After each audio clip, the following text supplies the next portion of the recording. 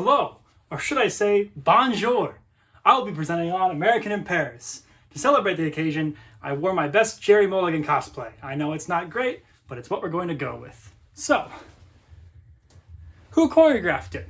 It was directed and choreographed by the same man, Christopher Wheeldon. Christopher began training as a ballet dancer at the age of 8. He attended the Royal Ballet School between the ages of 11 and 18.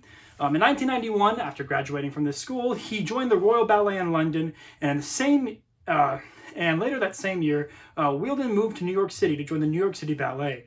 Wheeldon was named a soloist by 1998. Wheeldon began choreographing for the New York City Ballet in 1997 while continuing his career as a dancer. He retired as a dancer in 2000 to focus on choreography.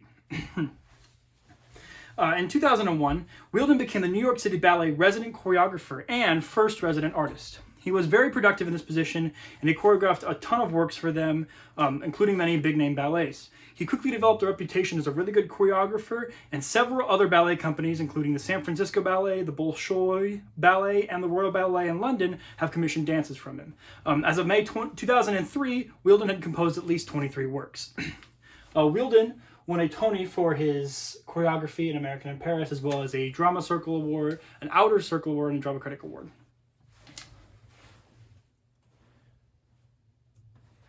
Choreographing an American in Paris.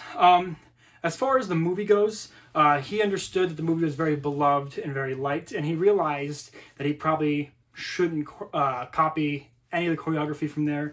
In a quote from a BroadwayWorld.com interview, he said, "When we sat down as a creative team at the beginning of this process, we made a very conscious decision to sort of not really try to recreate the film in any way, because it is so iconic and so beloved." I think this was a good idea, because while the movie version is very great, the musical is very different, and I think it's very important that these are two very separate pieces of art. He also, in 2005, he choreographed a ballet called American in Paris for the New York City Ballet. It was 21 minutes long, and it was the entirety of the movie while also having slight deviations. A lot of the elements that he had in this ballet were later included into the Broadway version, which is including the opening number with the soldiers coming home and the big dance between Jerry and Lisa. One of his big things going into choreographing the show was having flow. A lot of the dancers bring on set pieces. A lot of these set pieces themselves actually can turn around and have multiple different uses, such as ballet mirrors or large buildings. And that was very important to him, so that the entire play kind of all had this very large amount of cohesion and kind of all worked together. There was also a lot of culmination. This can be seen throughout the play with, I'm going to call her Liza because American.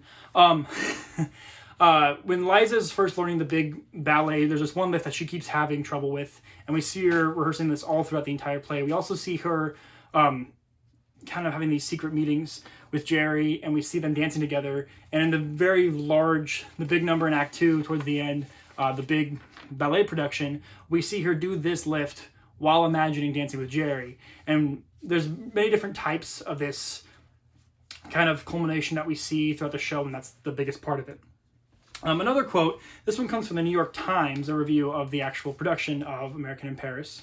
And it is about Wheeldon's choreography.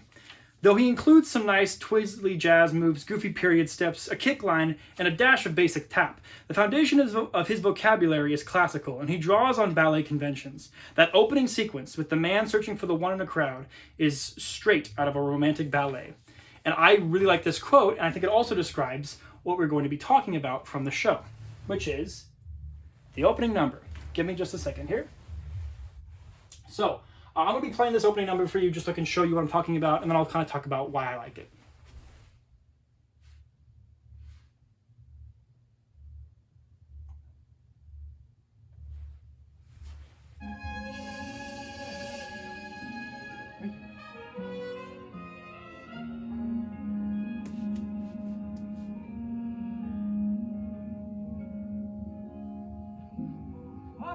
Paris, we're home.